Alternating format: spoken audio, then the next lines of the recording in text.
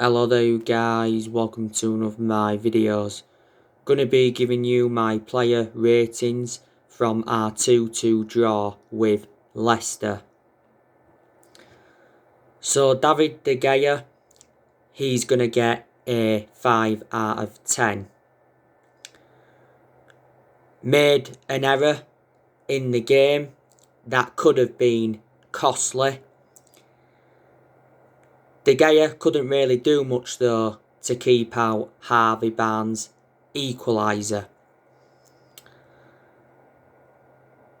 I had a feeling David De Gea was going to start the game today, because obviously he didn't play in the Everton game in the Carabao Cup, and I said he will remain our number one for this present time. Probably will remain our number one for the rest of this season. This is his 10th season at the football club, so he has been a long servant and he's made over 500 appearances for Man United in all competitions. By the way, he did shake off a knock in the game that I forgot to mention on my match reaction. So yeah, 5 out of 10 for David De Gea. Victor Lindelof, I'm going to give him a 6 out of 10. I don't think he was great. He was surprisingly playing at right back, was Victor Lindelof. He obviously went off injured in the game. Wan-Bissaka wasn't available because he was out with injury.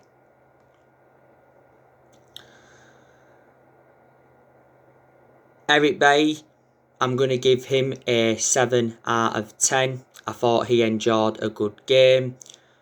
Showed that ability to play out from the back. Dealt with Jamie Vardy's threat well. Eric Bailly also enjoyed a good game against Everton in the Carabao Cup. So I did say, didn't I, that he did deserve another opportunity. He's a much better centre-half than Victor Lindelof, but my only element of concern about Eric Bailly is that he is injury prone.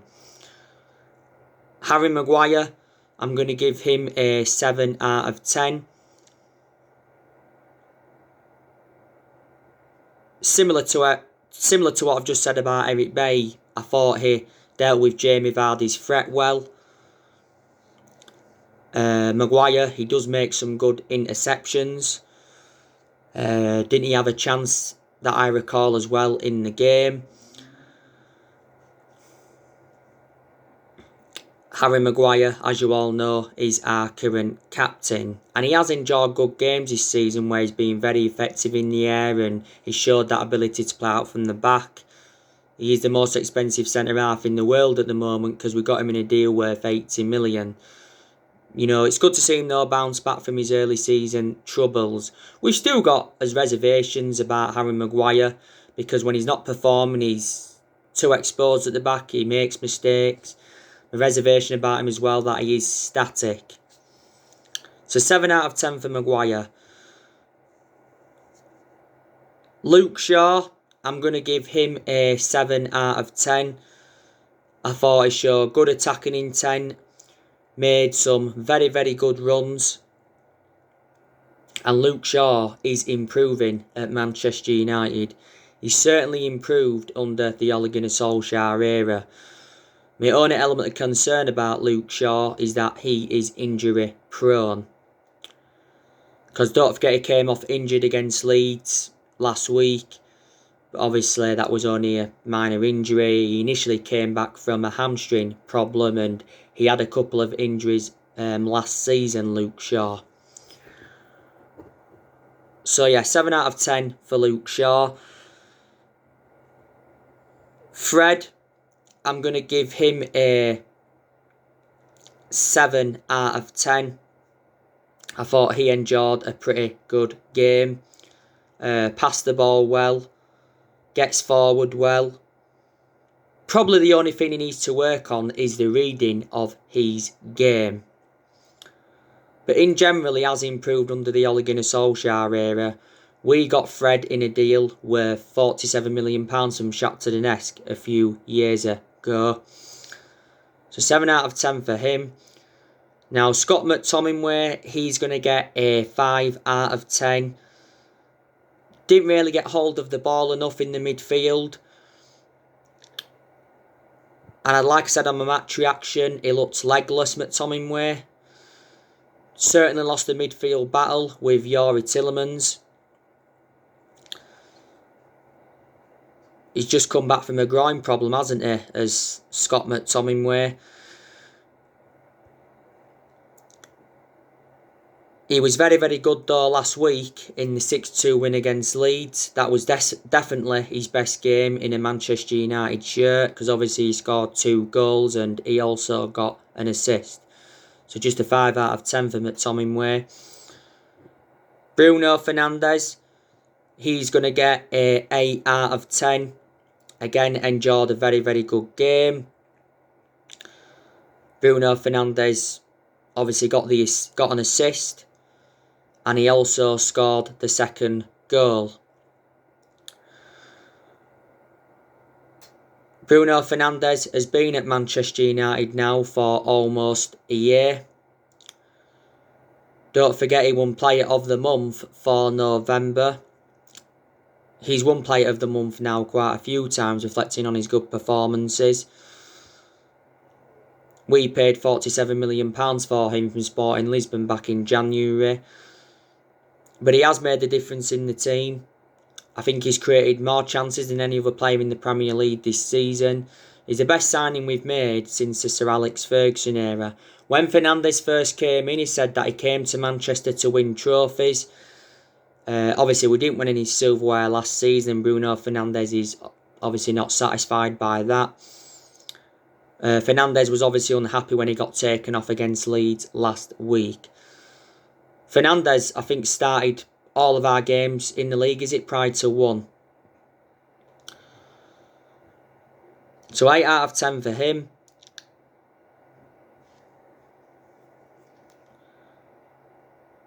Marcus Rashford, he's going to get a 8 out of 10. He enjoyed a very, very good game. Marcus Rashford missed a sitter in the first couple of minutes of the game. It was a lovely cross from Bruno Fernandes. Rashford got his head on it, but it just went over the bar.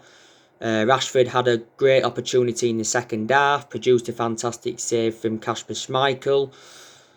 But yeah, Rashford was the one that scored our first goal, took his goal well. Obviously, the goal came from the throw-in. Rashford has now 50 goals in his career for Manchester United.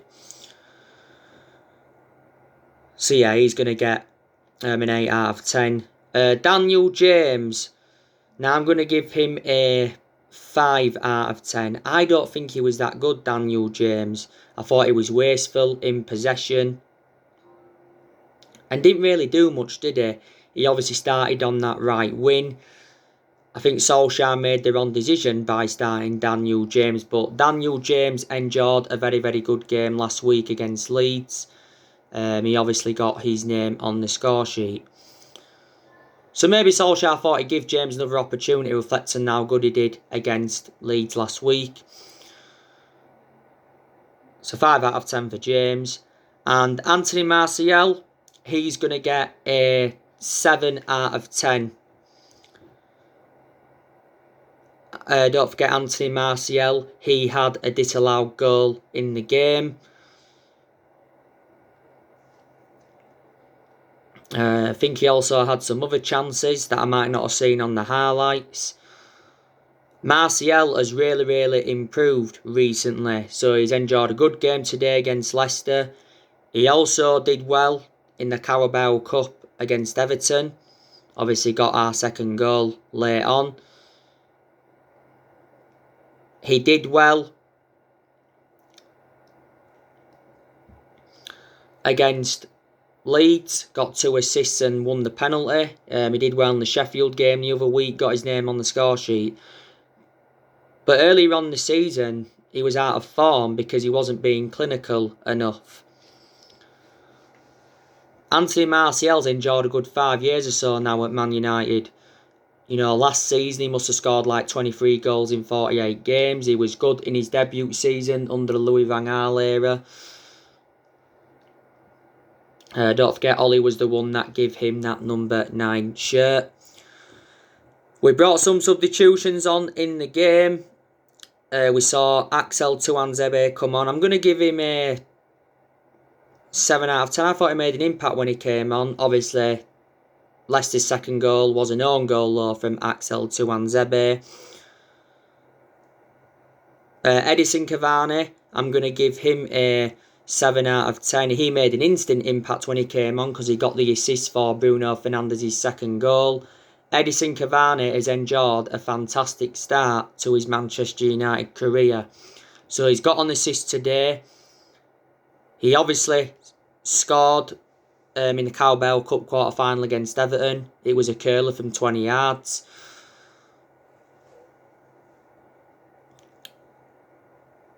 Obviously came off the bench twice against Southampton and scored twice and got an assist, so he changed the complexion of that game. Scored his first goal for the club in our 3-1 win against Everton, and he almost scored with his first touch when he came on against Chelsea, and that was his Premier League debut. We got Cavani on a free transfer on deadline day. He signed a 2-year contract on Man United worth around 230, 240 grand a week. But I said when we got Cavani, he will be the next Zlatan Ibrahimovic. And as for Paul Pogba, can't really give him a rating. So that is your player ratings from our 2-2 draw with Leicester. I'm disappointed that we didn't obviously win the game, because it's a missed opportunity. Because if we'd have beaten Leicester, we'd have been second in the Premier League, and we'd have been just 2 points behind Liverpool. Ole Gunnar Solskjaer gave his perception on the game, like I mentioned on my match reaction, and he said, a draw's not the worst result, but he's disappointed that we didn't get all 3 points, because of it. He pinpointed the chances we had in the game that we should have converted. And he says we should have closed down quickly for Leicester's 2 goals.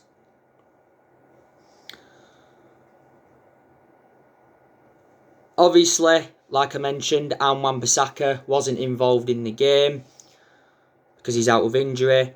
Donny van de Beek, he wasn't involved in the game. Donny van de Beek, though, did play in the 2-0 win against Everton in the Carabao Cup. He played on that left-hand side. Van de Beek's only made 2 starts in the Premier League for Man United.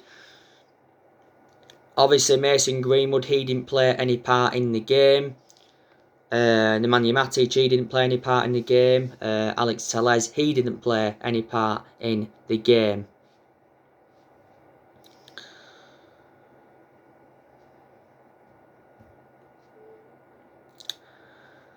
By the way, Paul Scholes accuses Ole Gunnar Solskjaer of benching his best players in Paul Pogba and Edison Cavani. To be honest with you, I thought actually Edison Cavani might have started, and I thought Paul Pogba might have started the game.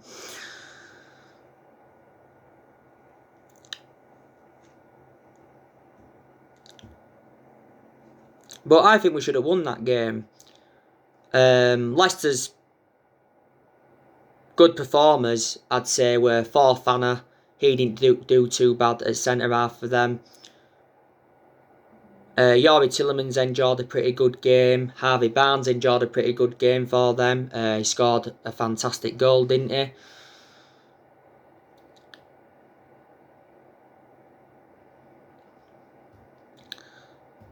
Wilfred Ndidi, he enjoyed a pretty good game as well for Leicester in their midfield.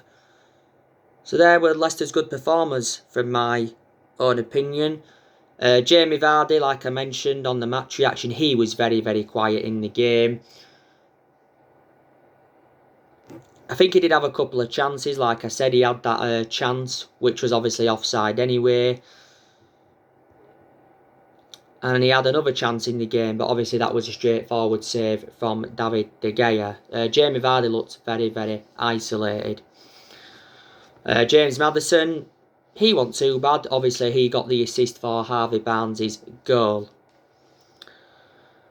If we'd have beaten Leicester today, that would have been 11 away wins in a row in the Premier League for Man United.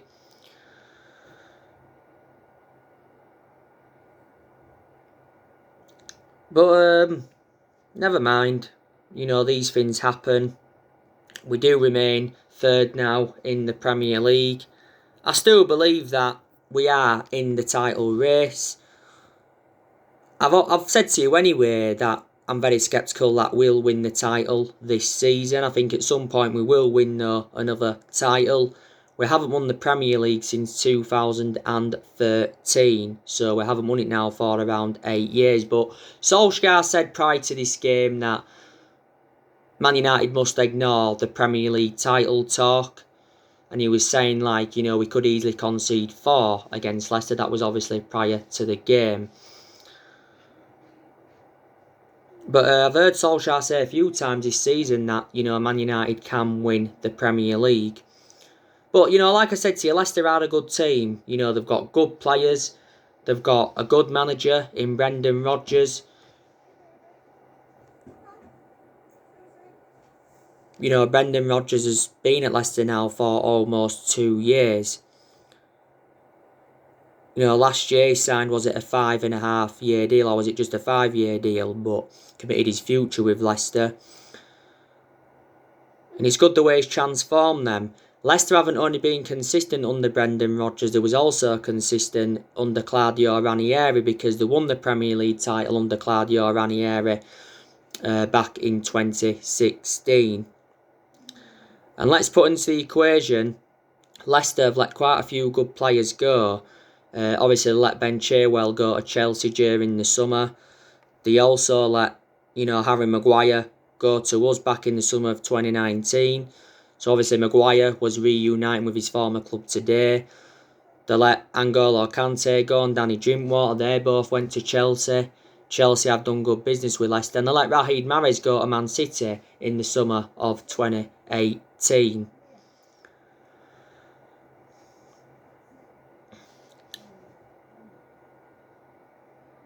But like I say, I'd rather draw than lose. We now look forward to our next game, which is obviously Wolves at Old Trafford. I'm expecting Manchester United to win that, because Wolves aren't a bad team, but they haven't been so consistent this season as they have been in like recent seasons. I think a Wolves sitting like 10th or 11th in the Premier League. Nuno Santo's a pretty good manager. You know, he has been at Wolves now for a few years, hasn't he? Wolves have got some key players. Obviously, they've got Raul Jimenez. I think he's been out with injury. I think he's still out with injury. Isn't he out until next year, Raul Jimenez? They've got Adama Traore. He's one of their key players. They've got Moutinho, one of their key players. They've got Ruben Neves, one of their key players. Dendoncker, one of their key players. I think he's out of injury at the moment. Conor Cody, I think he's one of their key players. Don't forget, before he was at Liverpool, I think he began his career with Liverpool, did Conor Cody. Don't forget, they've let a couple of good players go. They let Jota go to Liverpool during the summer, and they also let Matt Doherty go to Tottenham. But they bought a few players in earlier on this year, did Wolves. They brought the likes of Fabio Silva in. They brought Nelson Semedo in from Barcelona.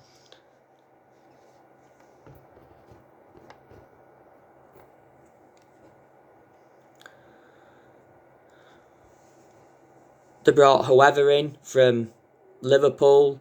They brought Fernando Markel in. They brought Matheson in from Rochdale. Has he gone back out on loan to Rochdale for the remainder of the season? They got that Vitinha as well. I think they got him from Porto. Both games in the league against Wolves last season were draws. It was 1-1 at Molineux and it was 0-0 at Old Trafford. That was obviously when Bruno Fernandes had made his debut for the club. We played them in the Cup last season, don't forget. It was 0-0. But then obviously it went to a replay and we beaten them 1-0 at Old Trafford. Wolves knocked us out of the cup, didn't they? A couple of years ago now, is it? And they obviously got to the FA Cup semi-finals for the first time in like 21 years. I presume Solskjaer will be making changes in for the Wolves game from the 2-2 draw with Leicester today, obviously. We've got Villa on New Year's Day. Should be winning that. Then Manchester City in the Carabao Cup semi-final. That's a massive game for Man United. The Carabao Cup is a priority for us because that's a chance of us winning a trophy this season. And Solskjaer was saying prior to the Everton game that our players are desperate to learn how to win trophies. But it's very imperative that we get our first trophy on the board under the Ole Gunnar Solskjaer era. We haven't won a trophy now for almost 4 years. I think if we can get past City, we've got a good chance of winning the EFL Cup. We played City in the EFL Cup semi-final last season. Obviously, we went out 3-2 on aggregate because we lost the first match 3-1 at Old Trafford, and then we obviously won at the Etihad in the second leg 1-0, but obviously that wasn't enough. And I'm hopeful that that City game in the Carabao Cup semi-final is going to be totally comparison to the league game earlier on in the season because that was 0-0 at Old Trafford. Watford's coming up very soon as well in the FA Cup third round, should be winning that. Solskjaer rotate the squad for that one. And then it's Liverpool away, which is going to be a massive game for Manchester United. Liverpool, I think, are unbeaten at Anfield since 2016, 2017. I think they're unbeaten in is it a good 60-odd games now at Anfield in the league. We actually haven't beaten we haven't beaten Liverpool at Anfield in the league since 2016. But I think we can definitely finish in the top 4 this season.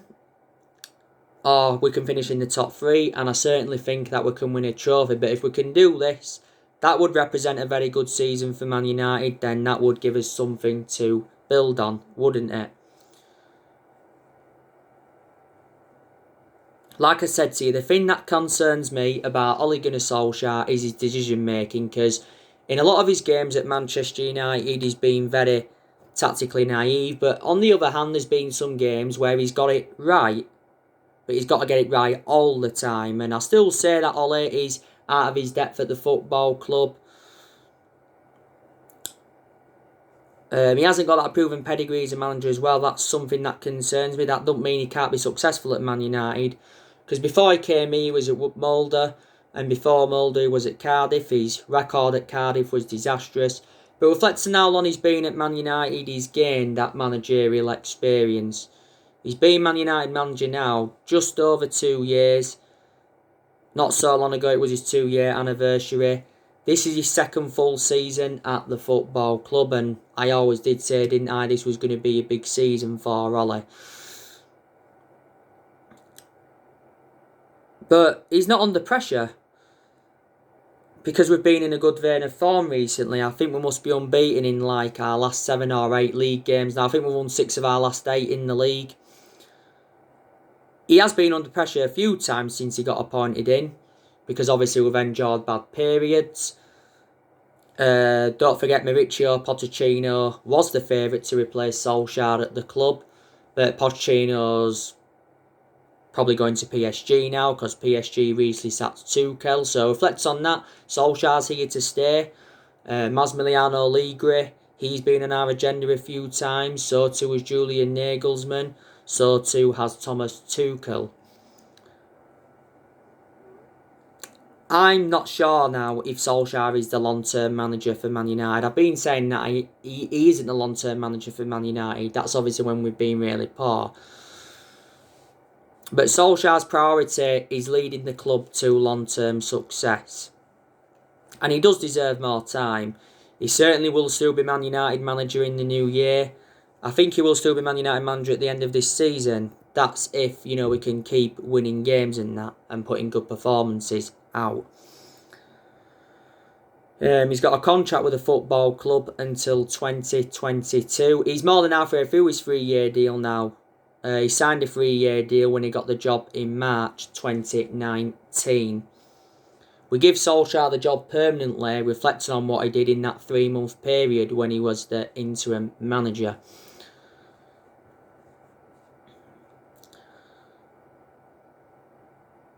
But I have taken positives from Ole Gunnar Solskjaer's tenure. Like I said, we've enjoyed good periods under him. He's made good signings since he came in. He spent over £200 million at Manchester United. He did well in his first full season last season. Got us qualification for the Champions League, got us third, and he guided us to 3 semi-finals. Credit him, because he's got us to the Carabao Cup semi-final this season. We've obviously seen a lot of players depart the club since he got recommended in. We've seen players like Lukaku leave, Herrera leave, Darmian leave, Smalling leave, Valencia leave, Young leave, Gomez leave, Sanchez leave. Don't forget we've also loaned a few players out as well. We loaned Dalot out, we loaned Pereira out, we loaned Levitt out, we loaned Garner out, we loaned Joe Pereira out again for another season. So these definitely positives to take.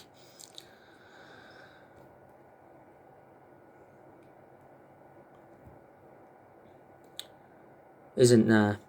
But Solskjaer's tenure's been up and down, like I've said. We've had some good results and we've had some good performances.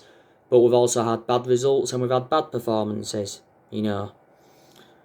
But Woodward, he's still behind Solskjaer. You know, he's come out several times to support him.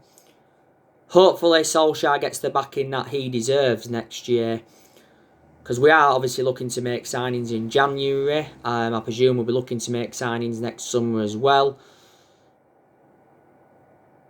Woodward's recently changed our transfer strategy. There's 4 positions we are looking to strengthen up. We're looking to get a right winger in. We're looking to get a holding midfielder in. We're looking to get a centre half in. And we are looking to get a right back in.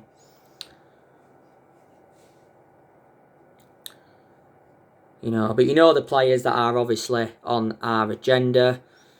During the summer transfer window, though, Solskjaer wasn't backed enough. And a few times during the summer transfer window, he showed his frustration towards the board. The board's been one of the biggest problems at the club for several years. Because they haven't backed any of the managers that we've had since Ferguson left. And obviously our recruitment policy has been gash. You know what I mean? Gary Neville, by the way, has recently told Ole Gunnar Solskjaer that he needs to think carefully about his January transfer plans. Solskjaer has made a centre-back his number 1 transfer priority because we do need someone to go alongside Harry Maguire in our back line. There's Deadwood at the football club that we're going to get rid of next year, obviously. I've already gone through with you on that. So, yeah. Your Manchester United Wolves preview should be coming up tomorrow. So, join me for that. But I think we need to improve defensively because we are making mistakes at the back. And like I said from today's game, we should have closed down quicker. So, really, Leicester shouldn't have scored either of their goals. You know, could you say the goalkeeper's still the problem? You know, a lot of Manchester United fans have been saying that we should put Dean Henderson now as our number 1. Do you think there's still problems in midfield?